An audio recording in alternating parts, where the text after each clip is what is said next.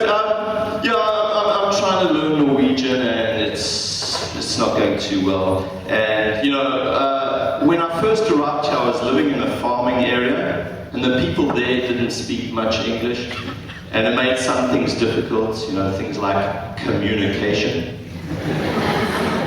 And consequently, it's a little difficult to make friends, and so I took on an imaginary friend. Now, that didn't work out too well. After a while, he started to bully me.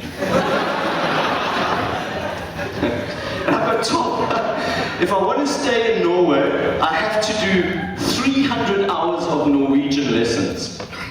People have had shorter sentences for murder. So I went to a couple of these lessons, right? And I felt as though I was back at kindergarten. Because they were teaching us the Norwegian language by using songs. So I'm going through a midlife crisis and I find myself sitting amongst a bunch of other adults going, cuckoo, cuckoo.